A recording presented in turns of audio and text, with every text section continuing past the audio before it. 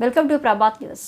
గత వైఎస్ఆర్సీపీ ప్రభుత్వ పరిపాలనలో ఏర్పడిన వాలంటీర్ల వ్యవస్థ పట్టణ గ్రామీణ ప్రాంతాలలో పేద ప్రజలకు అండగా నిలిచింది.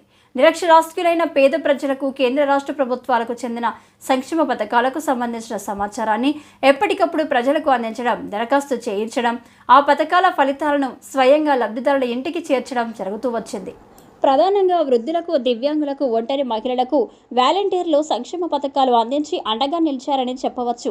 కొన్ని తప్పులు ఉన్నప్పటికీ 95% ఈ వ్యవస్థ మంచి ఫలితాలను ఇచ్చిందనే చెప్పాలి.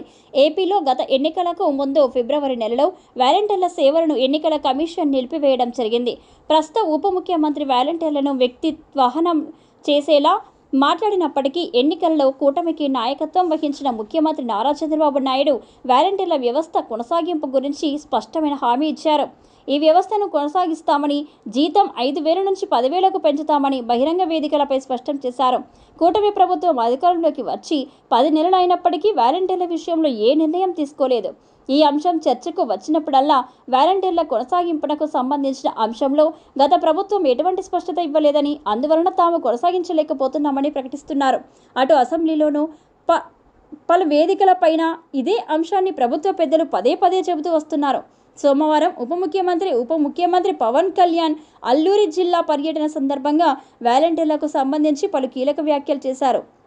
ఈ హామీని ముఖ్యమంత్రి చంద్రబాబు నాయుడు ఇచ్చాడని, వాలంటీర్లను కొనసాగించాలంటే ప్రభుత్వ రికార్డులలో ఎక్కడా ఈ ప్రస్తావన లేదని ప్రకటించారు. వాలంటీర్లు అసలు ప్రభుత్వ ఉద్యోగులు కాదని తేల్చేశారు. ఇదిలా ఉంటే పవన్ కళ్యాణ్ని కలవాలని పలువురు వాలంటీర్లు చేసిన ప్రయత్నం ఫలించలేదు. పోలీసులు వారిని అడ్డుకున్నారు. ఏమైనప్పటికీ వాలంటీర్లు రెంటికి చెడ్డ రెవడిలా మారిపోయారు. గత ప్రభుత్వం స్పష్టతనీయక, ఈ ప్రభుత్వం కొనసాగించక కేవలం ఈ జీతంపైనే ఆధారపడే వాలంటీర్లు అనేక ఇక్కట్లకు గురవుతున్నారు.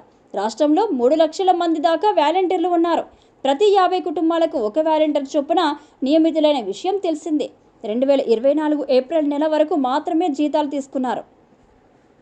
అర్బన్ ప్రాంతాలలో డిగ్రీ, గ్రామీణ ప్రాంతాల్లో ఇంటర్మీడియట్, ఏజెన్సీ ప్రాంతాల్లో 10వ తరగతి విద్యార్థులతో వీరంతా ఉద్యోగాల్లో చేరారు. ప్రభుత్వ పథకాలు అర్థం చేసుకోవడంలోనూ, అందుకు అవసరమైన సాంకేతిక పరిజ్ఞానాన్ని సమకూర్చుకోవడంలోనూ నిత్యం ప్రజలకు అందుబాటులో ఉంటూ కేంద్ర రాష్ట్ర ప్రభుత్వ సర్వేలను సమర్థవంతంగా పూర్తి చేస్తూ వచ్చారు. వారిని అర్ధాంతరంగా నిలిపివేయడంతో రోడ్డున పడ్డారు. కనీసం ప్రభుత్వంతో తమ బాధలు చెప్పుకునే అవకాశాన్ని కూడా ఇవ్వలేదని ఆవేదన వ్యక్తం చేస్తున్నారు. తమను కొనసాగించకపోయినా గత ప్రభుత్వమే వాలంటీర్లను వంచన చేసిందన్న కూటమి ప్రభుత్వం చెప్పడం తమకు బాధ కలిగిస్తుందని వారు పేర్కొంటున్నారు. తాము చేసిన ఈ సర్వీస్ను పరిగణలోనికి తీసుకొని భవిష్యత్తులో ప్రభుత్వం జరిపే నియామకాలలో ప్రాధాన్యతనివ్వాలని వారు కోరుతున్నారు.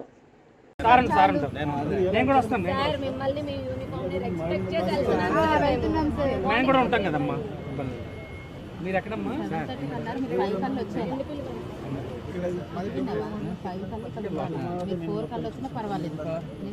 7 కల్లా అక్కడ ఉందాం. సార్ ఉంటారు, నేను ఉంటాను.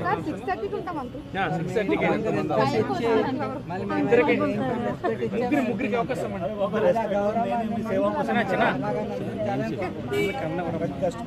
మాట్లాడే లేడీస్ ఇష్టం.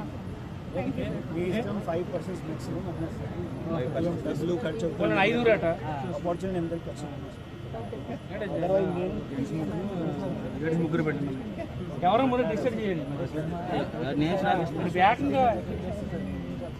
గౌరవ ముఖ్యమంత్రి నారా చంద్రబాబు నాయుడు గారు చెప్పినట్టుగా వాలంటీర్స్ని కొనసాగిస్తామని చెప్పాం కదా. దాని అధికారులతో వెళ్ళి చూస్తే అసలు మీరు వాలంటీర్స్ ఎవరు కూడా ఏ విధంగా గవర్నమెంట్కి సంబంధం లేకుండా చేశారు. వైసీపీ వాలంటీర్స్ని వంచింది. ఉద్యోగాలు వాళ్ళకి ఏ విధమైన జీవో లేదు కదా,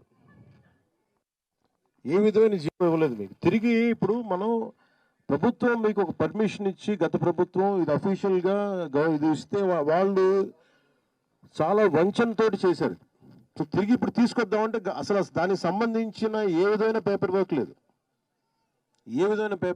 అదే మన నారా లోకేష్ గారు, గౌరవ మంత్రి నారా లోకేష్ గారు కూడా మేము అందరూ మాట్లాడుకుంటామంటే క్యాబినెట్లో ఇది ప్రస్తావనకు వచ్చింది. నేను 2-3 సార్లు ప్రస్తావించాను. ప్రస్తావిస్తేనే అసలు కూర్చోబెట్టి ఏ జీవో అసలు మీరు వీళ్ళ అధికారికంగా ఉన్నారనేది ఎక్కడ అసలు దానికి దాఖలు లేవు.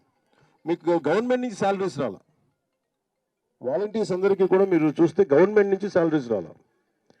ఇది గవర్నమెంట్ ఉద్యోగాల్లాగా మీకు మిమ్మల్ని భ్రమింపజేసి గవర్నమెంట్ ఉద్యోగాలు లేదు. అది మేము లోపలికి వచ్చాక మాకు అర్థమైంది.